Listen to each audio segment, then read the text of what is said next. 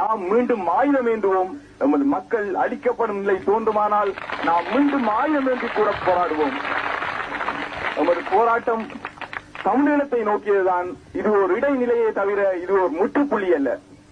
ஆனால் இந்த உண்மை பல மக்களுக்கு புரியாமல் இருக்கின்றது. இன்று கூட யாழ் குடாநாட்டில் 9 லட்சத்துக்கு மேற்பட்ட மக்கள் வசித்து வருகின்றார்கள். இந்த மக்களில் பலர் தம்முடைய இழிநிலையை இன்று தமிழ் மக்களுடைய ஒரு சோக நிலையை புரிந்து கொள்ள முடியாமல் இருக்கின்றார்கள். அவர்கள் ஒரு தெளிவற்ற நிலையில் இருப்பதை நாம் உணர முடிகின்றது.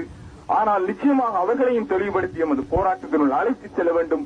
ஒன்றை தெளிவாக தமிழ் மக்கள் புரிந்து கொள்ள வேண்டும். இன்று எமக்கு ஏற்பட்டுள்ள இழிநிலையை, அடக்குமுறை நிலையை தமிழ் மக்கள் புரிந்து கொள்ள தவறினால் நாளை எமது வரலாறு மிகவும் பரிதாபத்திற்குரியதாக இருக்கும். நாம் இன்று அடக்கி ஒடுக்கப்பட்டுக் கொண்டிருக்கின்றோம்.